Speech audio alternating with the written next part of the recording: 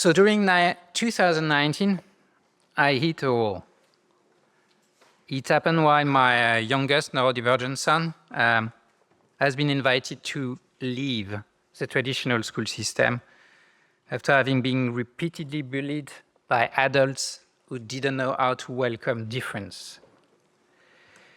In fact, with his brother, you see on screen, they both have been diagnosed with dyslexia and ADHD. And they made me realize that I was ADHD too, which shed a light on the struggle I've been through all over the years, as well as on the origin of some of my talent and skills.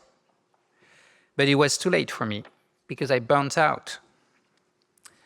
My kids also made me realize one thing, that over my 26 years in the game industry, I've been working with a bunch of neurodivergent folks.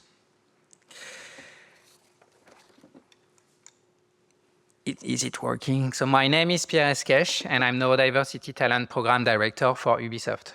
That's quite an atypical job title, right? And I really hope that after this presentation, you will be eager to create a similar position in your own organization. Why? Well, maybe you know it, maybe you might not realize it, but you are currently sitting on an untapped pool of talent and skills. The one from your neurodivergent coworker. And in this presentation, let me share with you today why, and more importantly, sharing with you 3 keys to try to unlock their full potential, relying on what we've been trying to do at Ubisoft. I hope you're ready. We're going to start. In March 2022, UK, and I don't need to introduce you to them, did publish the results of a census among game developers based in UK that revealed that more than 18% of them self-identify as neurodivergent. And that's more than in the general population, where we usually talk about 15%. And more specifically, 2 conditions were overrepresented with twice more individuals than in the general population. ADHD, with 10% versus 5% in the pop, and autism with 4%, while the prevalence in the general population is between 1% and 2%. Dyslexia at 7%, probably underestimated. Well, first, if you think about who did create the video game industry, this shouldn't come as a surprise. Nerds, geeks, techies. We've been here since the beginning. And if you're looking at the traits attributed to those, you will see in this presentation that they fit quite well with some of the strengths and the talents of neurodivergent individuals. And as we can experience it daily at work in Ubisoft and in your company, I'm sure, we understand that having the ability to gather around the table a very large variety of ways of thinking, problem solving, is really key to face the challenge of game development, and if we want to make better games. So what is neurodiversity? Well, the term neurodiversity refers to the variation in the human brain regarding sociability, learning, attention, mood, and other mental function in a non-pathological way. What neuroscience is telling us is that each human brain is as unique as your fingerprint can be. And it hosts more than 86 billion of neurons, and each neuron can generate 10,000 connections. And while a majority of human brains tend to function and get wired in a very similar way, what we call neurotypicality, in fact, a significant number diverge, what we call neuroatypical, neurodivergent, or neurodistinct, or neurospicy. And you may have heard already about some neurodivergencies such as dyslexia, the most common one, ADHD, autism. They bring challenge, in fact, in various areas, from reading, writing, and memory, to difficulty in sustaining attention, social abilities, speech, and sometimes nonverbal communication. Well, the neurodiversity movement do not look at those labels as diseases, but rather are as neurological variation that makes you experience the world in a different way.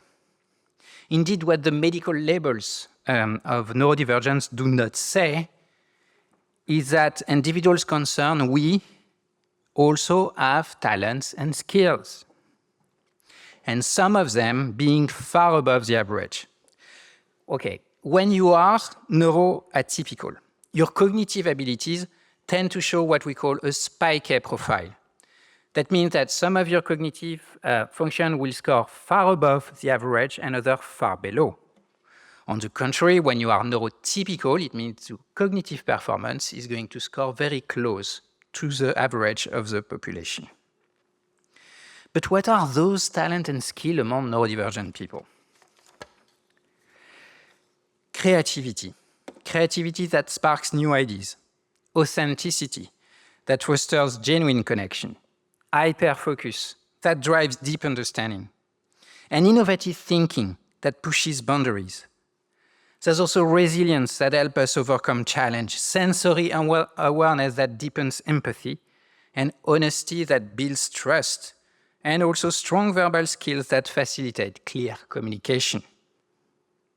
And I'm sure you would agree as HR professional that we need those talents within our industry, and in any video game company. And let me share with you more precisely how those talents may have their place at Ubisoft and may be in your organization. I'm ADHD, so our ADHD colleague, they can excel in managing emergency situations, thinking outside of the box. Hold on a second, there is a box to think within. And they are able to bring their hyper-focus to solve problems. So at Ubisoft, we can find a lot of ADHD among project coordinators because there's always fire. But not only. With 3D visualization skills far above the average, often our dyslexic colleagues think in pictures more easily, recognizing patterns and connection faster than average, and their creativity is strong, with often great verbal skills. So at Ubisoft, we can find dyslexic within our artist community, but not only. Our collaborators on the autism spectrum, they can bring great attention to detail and ability to find patterns in large amounts of data, bringing also often clarity in work organization. And at Ubisoft, we can find them mostly among our programmers, but not only. In fact, we count neurodivergent collaborators in absolutely every job function without any limitation. But despite their talent and skills, neurodivergent individuals face various challenges in their day-to-day life. The first one is a general lack of accessible support, whether it's in terms of evaluation, diagnosis, cognitive training, or accommodation at work. You know, getting a diagnosis through the public system can take more than 2 years, not only in UK, but everywhere in the world. And it will cost you over $2,000 if you want to go private, which is out of reach for many individuals. So today, getting a diagnosis is a privilege. The second challenge is persistent stigmatization, unfortunately. Well, you know, the behavioral challenges met by neurodivergent people like myself, my kids, they are especially stigmatized. But what not enough people understand is that their challenges and behaviors are not a matter of will. It's a matter of skill. And ultimately, this translates into a massive exclusion toll. And according to several studies, between 30 to 40% of neurodistinct individuals are currently unemployed. Within the autistic adult population, unemployment rate worldwide is at 80%. And I need to remind you that apparently within our industry, 4% of our workforce is on the spectrum, which is outstanding. Not only that, dyslexic and ADHDers, they are overrepresented among homeless population, incarcerated population, etc., etc. And of course, unfortunately, these statistics are even worse for women and minorities. It's clearly a waste of talent that could contribute to many industries, starting with ours. And the impact on neurodivergent, especially from childhood, is huge on self-esteem. You know, as human beings, we all need acceptance, right? And a sense of belonging. So when your behavior or traits are constantly stigmatized, you start adopting a coping mechanism to try to fit in. That is called masking. You mask to fit into a very normative environment, whether it is in school, at work, or sometimes even within your own family. But you should know that masking has a high cost. A cost in energy that you won't use on the expression and development of your natural talent and skill. When you're asking when a neurodivergent collaborator is masking at work, it is detrimental to the development of the talent and skill for which you recruited them. So it may impact negatively work performance. So what is our first key right here to unlock those potential? Simple. Embrace a skill approach to clearly spot and support the development of individual talent. And by the way, you should know that neuroscience is telling us without the shadow of a doubt that the talent and skills we can develop the most are strongest one. So next time you're on evaluation process, don't lose time on weakness. Focus on strengths. Great. But now at Ubisoft level, neurodiversity talent program, what are we properly putting in place? Let's talk about it. So the story starts in February 2021, and I had the opportunity to found a dedicated employee resource group, ERG, on neurodiversity. In fact, I wanted to check if the idea of we are a lot in the industry was right. Well, 3 years after, it seems to be the case, because as of today, this group counts more than 600 collaborators worldwide in 20 different countries, representing all kinds of job function, all level of seniority, and all type of brain, whether you are diagnosed, self-ID, caregiver, or perfectly neurotypical, because that's the message of neurodiversity, right? It's a complete spectrum. Everyone is neurodiverse in a sense that your brain is as unique as your fingerprint. So the focus of this group is to raise awareness through Ubisoft by sharing resources, but also organizing annual events like Neurodiversity Awareness Week. And very importantly, they also offer a support community online in a private channel. And what the members are saying about this group? Well, they say they benefit from having access to a safe, non-judgmental space where they can exchange their experience at work with peers.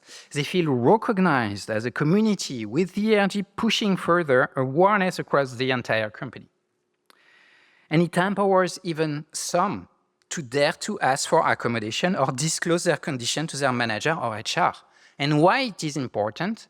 A recent study done at the Birkbeck University in London revealed that more than 65% of neurodivergent workers are afraid to ask for accommodation because they fear repercussion on their career. So if you don't receive lots of requests for accommodation, that should be a concern. It means that some of your employees, they are hardly masking, and it's detrimental to the development of their strengths, talent, and skill. This grassroots initiative from employees motivated, in fact, Ubisoft to create a dedicated talent program, which is a D&I and HR program, and that I have the privilege to lead. So the goal of this program is to empower current and future neurodiverse employees of Ubisoft by giving them the support they need, to realize their full potential at work. And we have a three-steps approach, right? We focus first on training, second on deploying inclusive and supportive tools, and third, setting up alternative recruitment tracks. We want to focus really on hands-on content, very practical for floor manager, floor HR, because we want to bring them support, because they are often overwhelmed. We don't try to lecture them. The idea is to support them, bring them knowledge, tools, practical tools, and encourage them to ask for help if they don't know how to handle a situation. And if we created a program, by the way, it's mostly because we acknowledge as a company that we have to make progress. Elsewhere, my job won't exist. Those two initiatives couldn't have started without relying on what we call grassroots leaders of the topic, who've been supported by executive leaders, of course. But when it comes from the floor, it is often the most genuine and effective approach. And while I've been at the origin of the initiative, I've never been alone on the journey. And on one side, many colleagues from the ERG has been giving a hand when they are available, and on the other side, they have the chance to benefit from the collaboration daily of some awesome colleagues that dedicate a significant part of their current job to our program.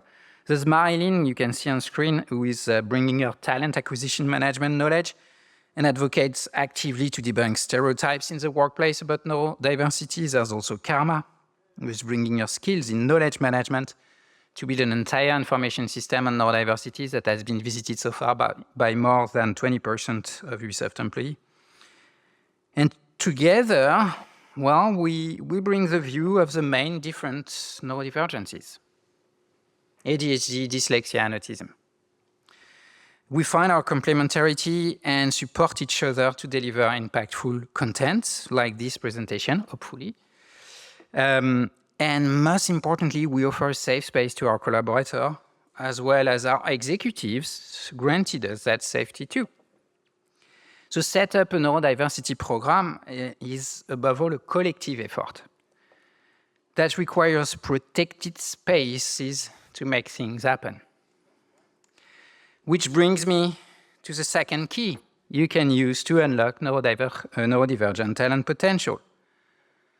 Focus on creating psychological safety within each of your teams. For the one who wouldn't know about it, psychological safety, as popularized by the professor Amy Edmondson from Harvard University, is the belief that you won't be punished or humiliated for speaking up with ideas, questions, concerns, or mistakes. And this concept has been identified by a tiny little company named Google as the #1 factor determining their team's efficiency after a 2-year research on 200 of their team, Project Aristotle. So now, I would like to give you some more detail about what we're putting in place. And before that, we had to do something. If you look in the dictionary about the definition of neuro-inclusion, that does not exist. It's a neologism. That's how you say in English, right? So we created our definition of what neuro-inclusion is. So for us, neuro-inclusivity in the workplace is the practice of establishing environments where every individual can fully develop their talent and skill potential while being fully respectful of each and everyone's singularity. Okay, that sounds like a definition. So now more practically, well, when we recruit collaborators, we want to access 100% of their skill and talent potential, right? Not just 50%. And what may limit or hinder their talent and skills potential is quite simple. It's their work environment. If you hire the Little Mermaid because she has a wonderful voice, you should know she has it only when she is in seawater. So if you bring her in the middle of the desert in Austin, Texas, she won't perform. And that won't be her fault. That will be yours. I said earlier, we put priority on building training materials with a very practical approach. So we are creating multiple use cases first, based on real video game development situations. Should talk to you like conflict provoked by blunt feedback, coworker always silent in meeting, work task insufficiently clear, rebellion to authority when logic is absent, etc., etc. And to give a chance to those training to be properly implemented, we also created a toolbox for manager and HR on the floor, with the idea to quickly and efficiently bring them support when they are in a work situation. So we created one-pager guide, DEXs, as we call them. For example, on each main neurological condition, we established one-pager describing how they might influence work in a positive way, as well as a challenging one, with quick tips to manage and support. Now we are developing other sets of guides on specific work situations. So for example, we have a candidate DEX that you can access on Ubisoft website. It's available for everyone. And this guide has been designed for neurodivergent candidates to help them navigate the recruitment process. Internally, we're building a meeting DEX to describe a few good practices to enable various forms of participation, from vocal to written, or synchronous to asynchronous. And currently, we're putting efforts on creating a guide and knowledge of accommodation you can offer at work. We want to try to call them success enabler, because we want to promote the idea that reasonable adjustment and accommodation are not a burden for the company. It's supporting performance of your employee. So it's a must-have. And among the tools we've been developing, I would like to shed light, yes, on one, especially named the Biodex. So we didn't create it per se. It has been created by a US-based company, a software QA company named Ultranotes, whose specificity is to have a staff composed of a majority of autistic employees. And in fact, the goal of the Biodex is to promote open conversation about individual needs in terms of work preference. It's a kind of teammate user manual. Internally, our collaborators can use the form if easier for them, or it can be just a support for discussion, right? The whole idea is to ask your teammate their preference in terms of communication, feedback, and collaboration. I give you some example of question. Are you at ease with verbal communication? Yes, no. Do you prefer written one? Are you at ease with webcam? Yes, no. Are you at ease with spontaneous desk visit? Because there's a certain number of people who are highly disturbed by that kind of practice. So in the context of return to the office, that is quite handy and useful to ask those questions, because yes, not everyone is happy to join a meeting and voice out their opinion. Many prefer to do it in a written way. Some can do it asynchronously because the human brain is done in such a way that not all of us can immediately process information and be contributive in a one-hour meeting. Many of us need more time. Good. So this brings us to the last key, right? It's pretty simple. Do not try to fix people. Fix the work environment. You're not a cult. You're not a guru. You will not fix people.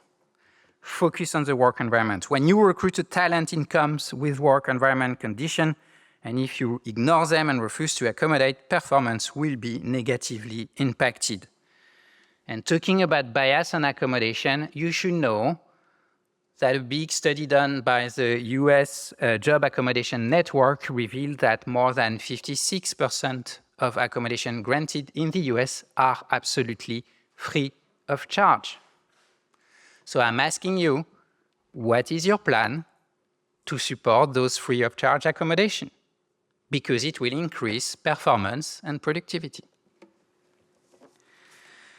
And simply put, I like to say that neurodivergent collaborators, they are not a problem to fix. We are not problematic or a problem to fix. We are problem solver. To conclude this presentation, I would like to share with you what are the benefits, in fact, for Ubisoft and maybe for you to embrace neuro-inclusion at work. It will maximize the return on investment in employee talent. This is a business model. You can propose it to your executive and C-level. To perform today in a very competitive and uncertain world, we need more than ever to be able, as an organization, to leverage the full skill talent potential of all our collaborators. So the three keys for us is to embrace, to unlock the potential of neurodivergent coworker, is to embrace a skill approach, bring psychological safety, and fix the work environment. One more thing to conclude. I would like to talk about games, and we're going to release a game on October 15, Just Dance, that will include a quite special song, because it's named Bang Bang, My Neurodivergent Anthem. And on this map, you can see a dancer with a hoodie. He looks a little bit like my son, who is used to use the hoodie to mask and hide himself when he feels too ashamed. But at one point, it's important we create an environment where you can unmask, because then you will have access to his full potential. Another thing, oops, sorry, and don't kill me. When we develop games, we don't blame our players. We rather listen to their expectation and feedback, and we adapt our games accordingly, removing barriers and friction points. So our work environment and way of working are exactly like our games. They need regular patches to adapt to each and every employee needs. Because this will benefit not only neurodivergent employees, this will benefit everyone. And it will support unlocking fully all talent and skill, boosting creativity and innovation. Thanks for your attention.